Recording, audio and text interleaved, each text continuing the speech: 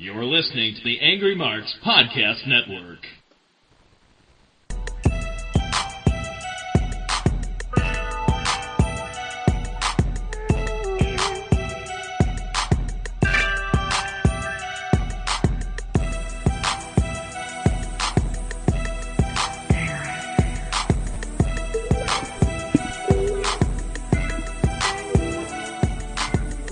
We are live and on the air with the SmackDown RunDown.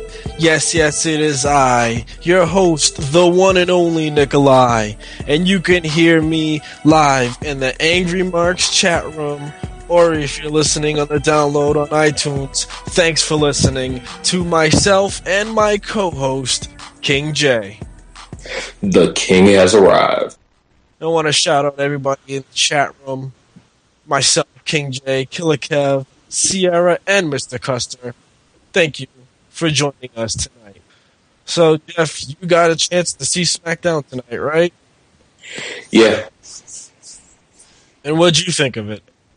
It was actually a decent show. There were some parts that dragged on, some parts that need to be left alone altogether, but all in all, it was a good show. Yeah. My opinions for it are kind of awkward. It was a good show, but I didn't like it. Why didn't you like it? I don't know. It was just bad at some points. But tell me why you think it was good, in your opinion. Because it built towards Elimination Chamber. There were other segments where it felt like they were actually going in a direction leading towards WrestleMania, and that's the most important thing. And also, I feel that they're kind of like finding their footing because SmackDown was kind of lost for a few weeks leading up to the Royal Rumble, and now it seems like they're on a more consistent path. Do you think it has any good build towards the Elimination Chamber pay-per-view? Yeah, definitely. I think that the whole Sheamus coming out there talking about one title's going to change hands at the pay-per-view, and then Wade and Cody coming out there trying to tell him, don't come for the World Heavyweight Championship because one of us is going to have it and you're not getting it. And not only that, Big Show came out and shot the idea of Sheamus versus Big Show. And I don't think we've had that match yet. I don't think we have either. I mean, it would be interesting, but I don't want to see that at WrestleMania.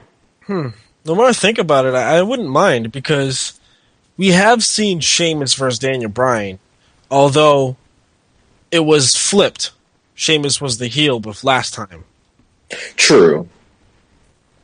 And I think that would be an interesting thing this time around, because Sheamus is the face. So if they did take the title off of him and had him feud with Cody or feud with Wade Barrett or Daniel Bryan, it would have that interesting dynamic. Because Sheamus and Wade had a brief feud when they were over in the UK years ago. So, and WWE keeps teasing at that feud with the whole having them have random matches. Yeah. So. Well, you said that Sheamus mentioned that most of the time the title changes hands in the Elimination Chamber match. And he can attest to that, because that happened to him a couple of years ago. Yeah, he did. That's a good point. He lost the WWE title in an Elimination Chamber, which led to his match against Triple H at WrestleMania 2 years ago. I completely forgot all about that. Why is it that, like, 2 years in WWE seems like 15 years? Because of how storylines change so many times. God. That was most likely 15 storylines ago, even though it was only 2 years ago. Most likely. Because nothing drags out forever, except for The Rock and John Cena's Twitter beef. Twitter twatter and that feud all need to die. Which, by the way, we had a video package of a young Dwayne Johnson, and I couldn't care less. I like The Rock, but it had no place on this show.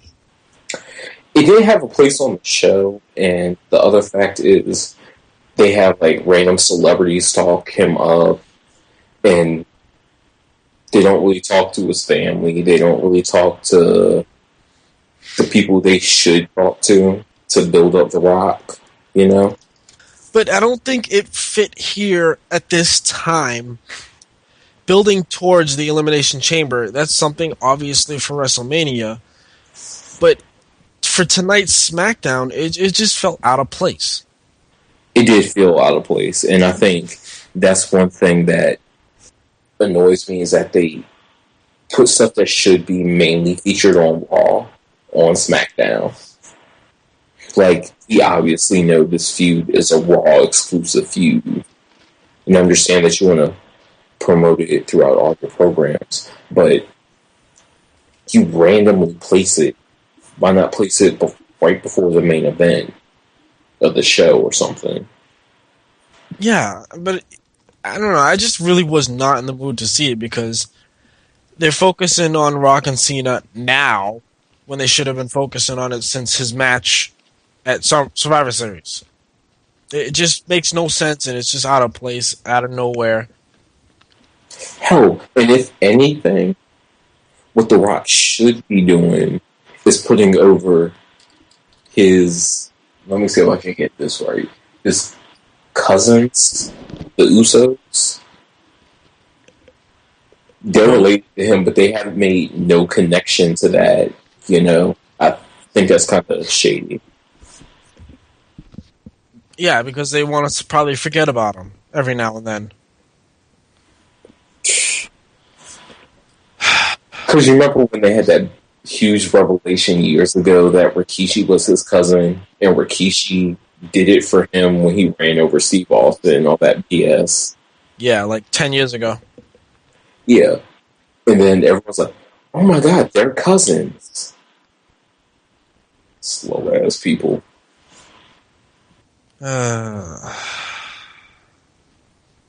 WWE is a headache sometimes, I swear. Very much so. Like I said, it was a good show, but I was bored. Especially during this segment. It bored the hell out of me. And like Sierra says in the Angry Marks chat room, it went long. Time to move on. It did. It felt like that segment went on for like 7 minutes when it should have been 30 seconds. But if you want to talk about long segments on SmackDown, just look at Daniel Bryan. He takes up the entire screen. And after a while, it's like, all right, can we just get on with it? This SmackDown felt heavy on the promos and weak in the matches. It did.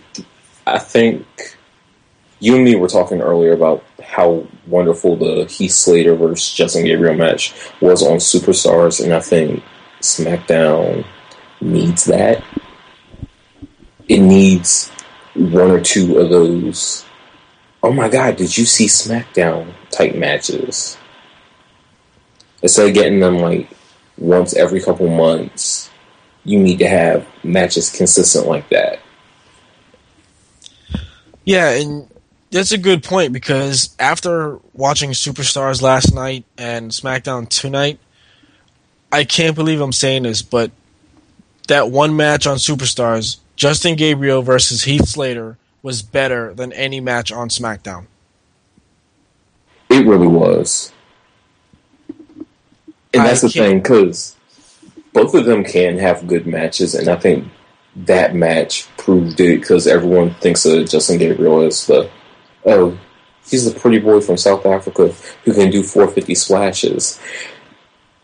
He was going after Heath Slater during that match. He was like throwing vicious elbows and locking in submission holds and all that stuff. Those are the types of matches that you need to see. Exactly. And just to break off SmackDown for a while, just to talk about that one match, 3 times Justin Gabriel kept going to the top rope, and Heath Slater either stopped him or pulled him down with a power slam, and it just kept making everybody get up out their seats to see the 450 splash, only for Slater to bring him back down, and it brought the fans out of their seats, back down. It was just like building suspense for the time he finally got to the top rope and hit the 450. That's a classic wrestling match where you tease the finish over and over. You have close near falls. It was actually a really good match, and it outweighed every other match on SmackDown, not together, but by each individual match. All of SmackDown was good in the build to Elimination Chamber, but I was just bored for the most part. And I can see why you were bored. I mean, when you see a match like that happens on an internet show, and then you go and watch their second main show, and you're like, okay, I'm going to go back and watch that match. See you later, SmackDown. Then you know that's not a good thing. No. And it's bad that we're more hyped up about an internet match than the thing that's seen by millions of people on live television. In an internet match of 2 wrestlers who have nothing to do with either show that's on TV, and most likely not going to be on the pay-per-view. Exactly. And that's another thing. Me and Sierra had talked about this earlier in the week. Why is the Great Khali in the Elimination Chamber match when Justin Gabriel actually has a feud going with one of the participants in the Elimination Chamber? Because it looks like they're building the feud of Khali and Rhodes as opposed to Justin Gabriel and Cody Rhodes.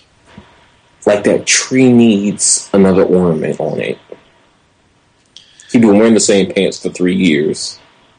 Find him some new ring gear or something. Or ship him back to India with his leaves that he beat earlier tonight. Yeah, he comes back after a 4-month absence and gets placed into the chamber match. God, we already have the Big Show in there. What do you need another giant? You have the one quota for your giant in the Elimination Chamber match. But no, they insist on throwing Khali in there, and they insist on throwing him on SmackDown tonight against Jinder Mahal, hopefully to finish and close off that feud. Oh, that was just a train wreck. Okay, from the Angry Mark chat, would you rather see Justin do a 450 off of a chamber or see Khali try and walk a straight line?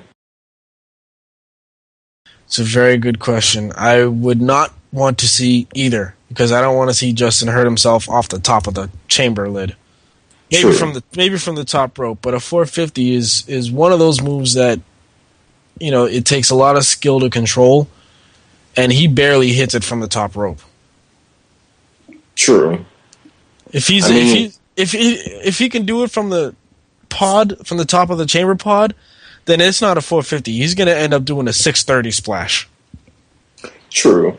But I mean, it would be a SmackDown potential moment of the year, match of the year for those ridiculous Slammy awards that they have.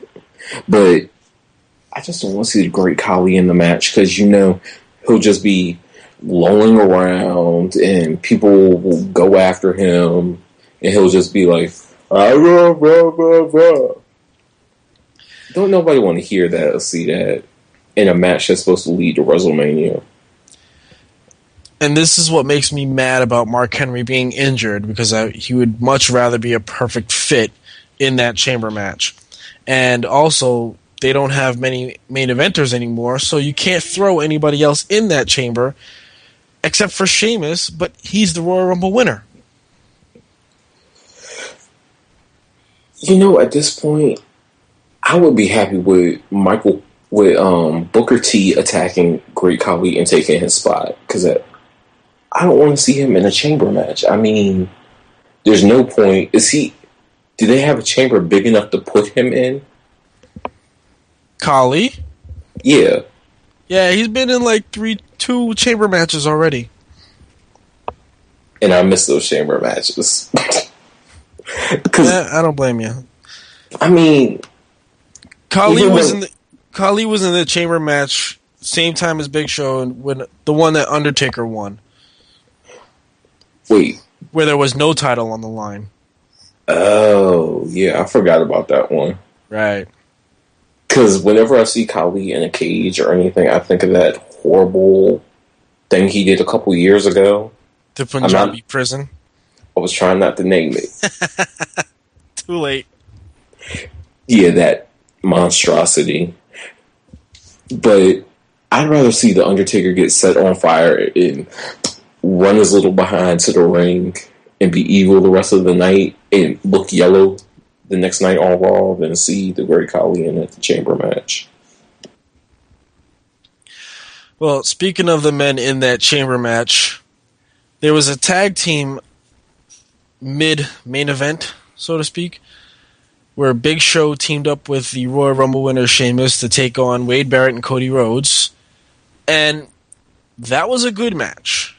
The whole match itself was pretty much cut and paste on what you expect on random tag team matches of all these guys are feuding and they had a promo in the ring earlier, so this sets up the usual tag team main event or semi-main event match. It was just your standard one-on-one with four men, but the finish was good. Sheamus gets the hot tag, power slam to Wade Barrett. Big Show just spears Cody out of his boots, and Sheamus kicks Wade Barrett in the head with the Brogue Kick to get the win. I actually really enjoyed that match. I like the dynamic between Cody and Wade. They didn't want to get involved with Big Show being in the ring, so they were like tagging out real quick. But when Sheamus was in the ring, they're like, fine, we'll beat the crap out of him. Then Big Show gets tagged back in. He dominates. They distract him, take him down with an actual tag team move. And it went from there. It was a good back and forth. See, for me, it would have been better and more believable if after the match, Cody Rhodes and Wade Barrett, got into a shoving match. And, they could have just left it at that, but make me believe that they're not all, chummy just from the tag match and from here on, because they're supposed to be every man for themselves at the Elimination Chamber. But I want to see more feuding, more fighting going on. I want to make, I know that we're never going to get anything like extreme kayfabe ever again, but most of the time I do like to suspend disbelief every now and then and make me believe that these guys aren't all buddy-buddy. True. And that's the funny thing, because Wade Barrett has said in the past that he'll use people to get where he wants to be, and then he'll throw them in front of a bus when the time is right. And I think that's a good heel who doesn't like anybody but uses people to get where you want to be. And I think they need to play that up like they did on Raw with the Great Khali and Randy Orton when they were in that horrid tag team match. Exactly. I mean, Orton hit the RKO on Khali, so why can't we have more of that on SmackDown? I didn't feel like these guys hated each other, or, I mean, they may not, whatever, but I didn't feel like they were in it for themselves, which is what you're supposed to be like. I mean, I understand Big Show and Sheamus, shaking hands and everything because they're not in the match together. Sheamus is not involved. Although he did say at the Elimination Chamber pay-per-view he will announce what title he'll be going for after all the matches are over. Yeah, I think that's a change because normally they wait until the night after the Chamber or the night after the Royal Rumble. So I think him announcing it live on pay-per-view is an interesting thing. Yeah. And normally the winner of the Royal Rumble just has a one-off warm-up match at the Chamber, I don't think you give Sheamus a match. You have him sitting in the back or in his own private locker room or whatever, watching the matches on a monitor. You don't have him in a match. This is, if he's going to announce what he's going to do, just give him the night off. Yeah, I think that's the smartest thing. Don't put him in a match because it kind of spoils it, Like Right. have him in a backstage segment after whichever chamber match goes first, and have them ask him, "Well, what are you thinking now?" And he doesn't say anything. He just walks off. Then the last chamber match obviously ends the show. Then he comes out and says, "I'm going after whoever." It's a good point. I think that's how it should go down. Well, we can only wait and see, but Sheamus does not need a match. So, one thing we did talk about in the chat room earlier was the Divas division. Because Beth Phoenix had a match with Alicia Fox. And let me just say, thank God she's back on TV in a different gimmick. She's not doing the whole, "Oh, you're gonna cry, Barbie doll." No, her new gimmick is she's the most dominant diva on the roster. She is the Divas champion, and she's not going to lose the title anytime soon. And she needs more competition. She feels like she has none, which is absolutely true at this point. I loved the Divas match because I like how she just walked to the ring, held up the rope. She's like, "Get out, Foxy. Go. Run to the back." And Alicia's like, "I'm Get not out scared of my of you." ring. She's like, "I'm not scared of you." Then they go at it. Alicia starts trying to beat the crap out of her. Obviously, she easily gets overpowered. She gets glam slammed. Then Beth was about to take her leave, but decided, no, I'm going to break her. I want to show them that I'm the chick who will rip your arms out your sockets, put your head 6 feet under. I'm the Glamazon. I'm not pin-up strong. I'm going to make Barbie dolls cry. I'm who I'm supposed to be. I'm number one. Tamina runs out there. They have a stare down. And it went the perfect way. There was no altercation. It was just a mutual respect between two strong competitors. Right. And also, to bring back the Angry Marks chat, Sierra says that Beth looked strong, and she hasn't been booked like that for a couple of years. And I'm loving the way they're doing it. She's now calling it my ring, get out of my ring. Whether it's in a singles match, in a tag match, like, she does not care. She wants every diva to realize that she is the dominant diva. She is the champion. And she's not going to put up with the weak competition anymore. Not the weak Barbie dolls, but weak competition.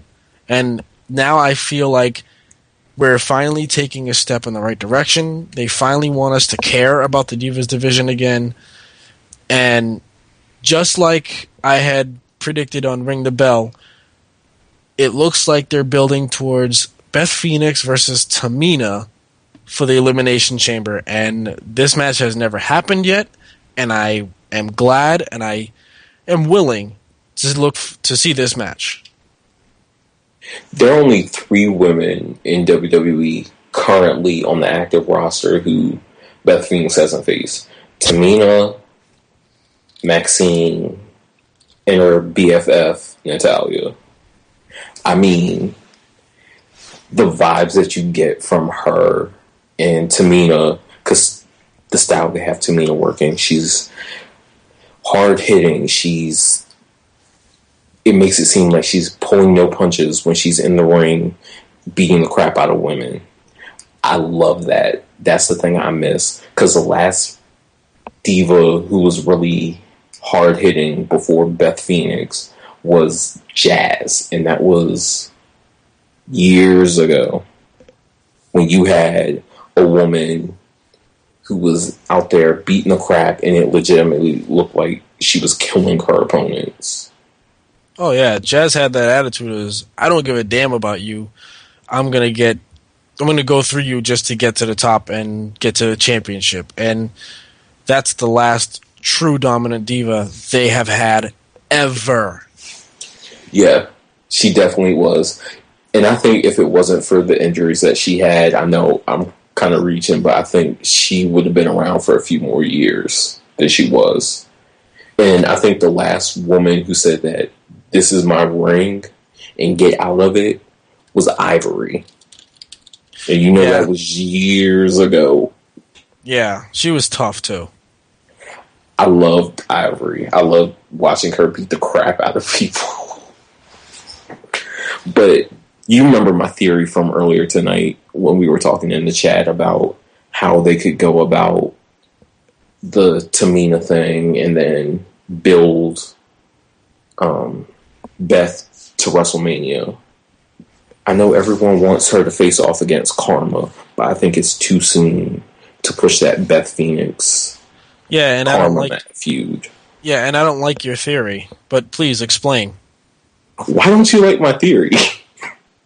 I'll explain it to you after you tell our audience what you think. Alright. My theory is that Beth Phoenix is talking about she has no competition. You have her and Tamina doing the standoff. They have a match at Elimination Chamber. She beats Tamina. The next night on Raw, she goes back to saying, I have no competition. I respect Tamina for stepping up to the plate, but I still have no competition. Natalya says that, Beth, I'm a strong competitor. Beth looks at her, says, okay, Natty, if that's what you need to keep going in life. They have a little argument. They win a match.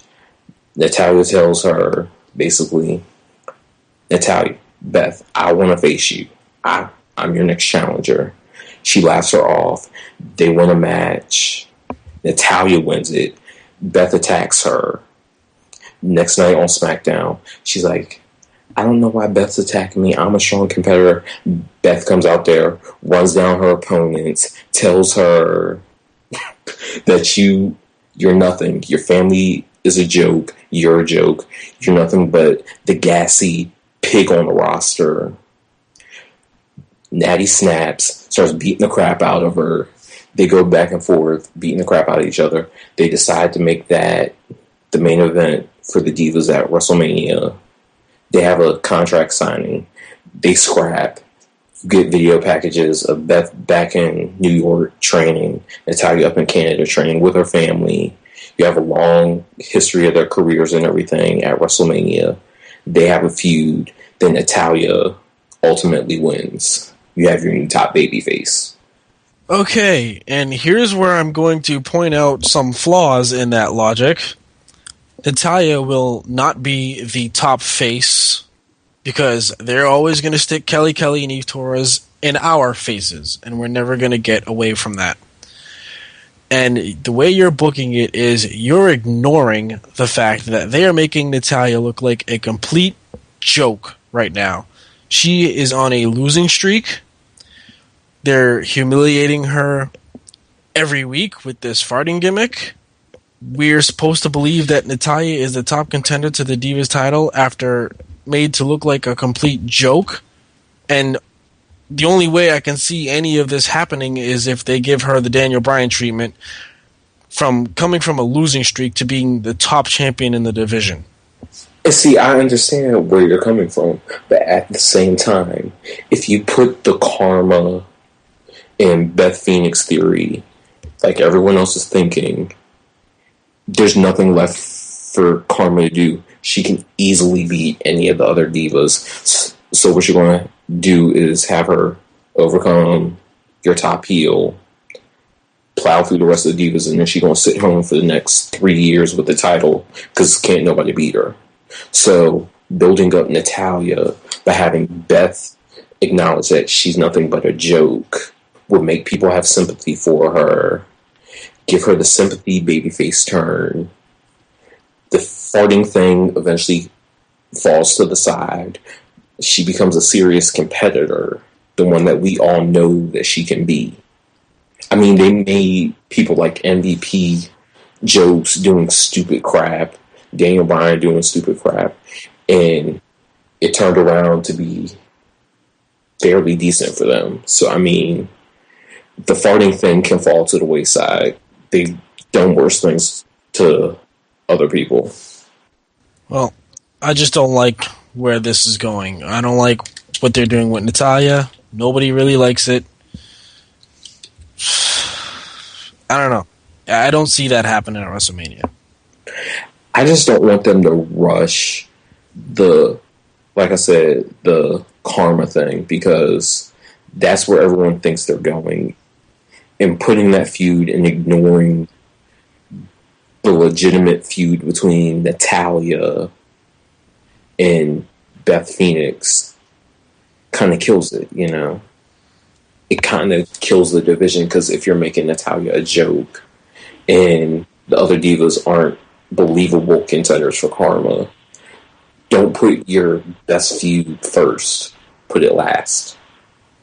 I do see and understand that logic. I just don't see how Natalya becomes the number one contender after this horrible 2011 that she's had.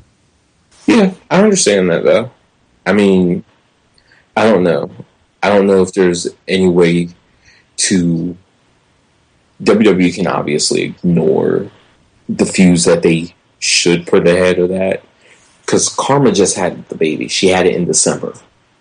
It makes no sense to rush her back to full-time competition by having her in your top face, heel feud all of a sudden. It makes no sense. Especially since Karma came back for a one-off at the Royal Rumble, and then she just randomly pops up to challenge the champion with nothing in between. It wouldn't feel right. Yeah, I get it. I'm just not happy. I just like what they're doing with Beth right now. So, I don't know. It's going to be a long road to WrestleMania. Yeah, it definitely is going to be one. So, I don't really feel like talking anything else about SmackDown. So, if you don't mind, let's skip to the main event. That's fine. There was nothing else worth noting. No. Daniel Bryan took on Randy Orton for the very first time, and this match was good, actually. The best match of the night for me, because these guys never faced off, but yet they had really good chemistry together.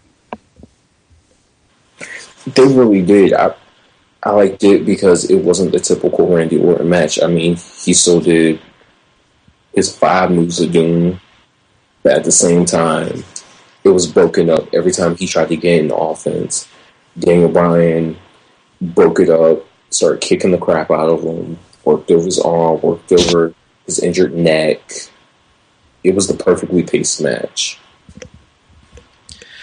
Okay, I want to do a quick protest here. And for the first, I want to have a quick first protest for Angry Marks and the entire network. In accordance to WWE 12 video game, I think we should now rechange the name or the term 5 Moves of Doom into comeback mode. Exactly. Because with the WWE 12 video game, John Cena's 5 Moves of Doom are in the comeback mode. You know, his shoulder blocks, the you can't see me. Randy Orton has his comeback mode, the clotheslines, the snap power slam, the hangman's DDT. Everybody has their 5 moves of doom, but that's what they do when they come back from being beat down. It's frustrating that your 2 supposed to be top guys have 5 moves and occasionally throw in a suplex or throw in a drop kick to switch it up. You're supposed to be the top guy. You're supposed to have a plethora of moves to put on display to show everyone that you have your statue for a reason, you know? Yeah. And even to the divas, Kelly has her same 5 or 6 moves in her moveset, if you can call half of those moves. Well, Randy Orton has a really good moveset. He has drop kicks. He has a top rope superplex that he performs well. Everybody, anybody else, they don't do that kind of stuff. John Cena added a leg drop to his arsenal. He does an occasional drop kick now and then. But you're right. Top main event stars need to have an entire plethora of moves in their arsenal. Yeah, and I have an idea. How about someone learn to counter the middle rope DDT?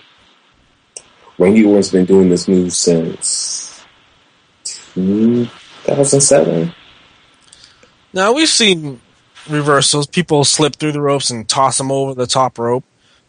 Daniel Bryan, what he did, he pushed him off and kicked him in the head.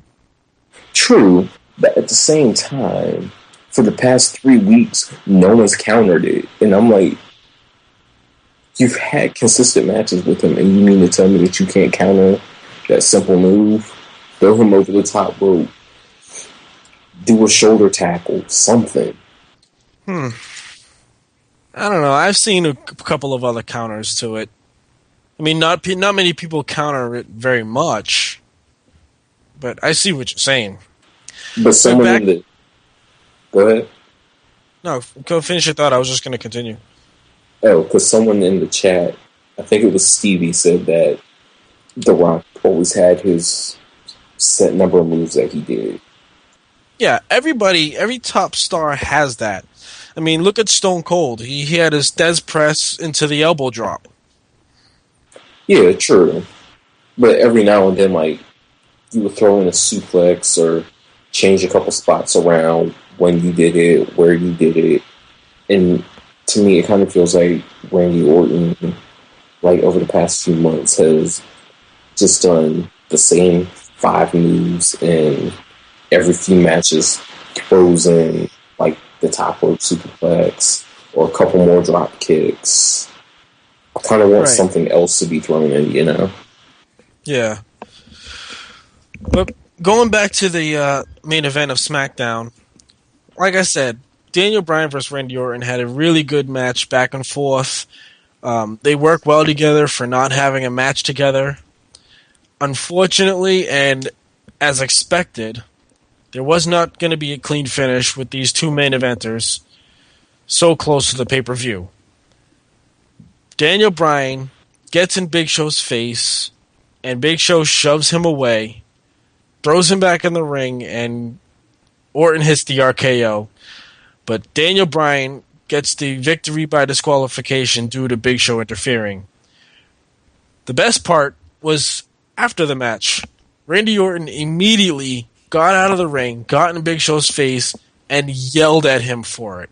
And they had a brawl, and they scuffled all the way until SmackDown rolled off the air, with Daniel Bryan with a big smile on his face and the World Heavyweight Championship over his shoulder. He snuck away again. I'm fine with that part, that he kind of snuck away. But I kind of wish that while Big Show and Randy Orton were brawling, they realized that Daniel Bryan screwed them over, chased them to the back, and the other participants of the Elimination Chamber match drug him back out to the ring. And it was an actual brawl for all with everyone. Now, we're definitely going to get a brawl next week because it will be the go-home show to the pay-per-view. True. I don't have many predictions for next week. They didn't really give us anything to go on. So I'm just going to throw this out there. 6-man tag match. Randy Orton, Great Khali, and Big Show versus Wade Barrett, Cody Rhodes, and Daniel Bryan. I agree. And I see Daniel Bryan weaseling his way out of the match or disappearing at some point. Randy's going to get fed up with the Big Show and Khali because he's had beef with them this week on Raw and SmackDown, respectively. So I think the match will break down right around the final 2 minutes of the match. Now, I'm wondering, with it being the Elimination Chamber coming up, would you make that an Elimination 6-man tag? That would be interesting, but no.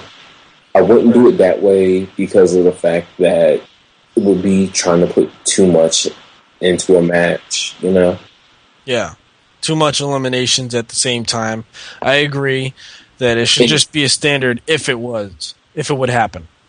And also, it would kind of be giving away your main event for SmackDown for the Elimination Chamber pay-per-view. Except the title won't be on the line on SmackDown. Exactly. But one thing... Go ahead. I was just saying, we don't need to see one man standing because that's saved for the pay-per-view. Have it 3 men, and then have them all brawl after. True. But one thing we did forget to mention was AJ finally talked tonight. I didn't forget to mention that. I just really didn't feel like it. Because it just reminded me of Michael Cole shouting and Daniel Bryan talking about being a vegan again. Well, we can skip that part because I want to just shove a steak in his mouth right now. His SmackDown character, I just want to shove a steak in his mouth. Say, eat that. But, I mean, I kind of like that AJ did cut her little promo saying that she doesn't blame the Big Show. Yeah, that's probably the most important part of that promo. I'm glad she said that. Yeah, because people have been speculating, oh, she's turning heel to align with Daniel Bryan. I'm like, people like AJ too much for them to just turn her heel. Yeah, I'm not ready for that. I mean, down in FCW, she had one hell of a heel character, but at this point in her career, because she hasn't really done anything. Like, she's a chick buster. She's mainly on NXT, and she's Daniel Bryan's girlfriend, aka no real career highlights. So there's no point in turning her heel.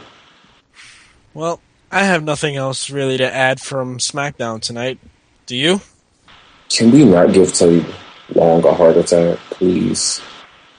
Or if you do, just don't do it during this month. I'm afraid we're probably going to get that sometime soon. As long as it's not during this month, I'm okay. As long as it's after WrestleMania, I'll be okay.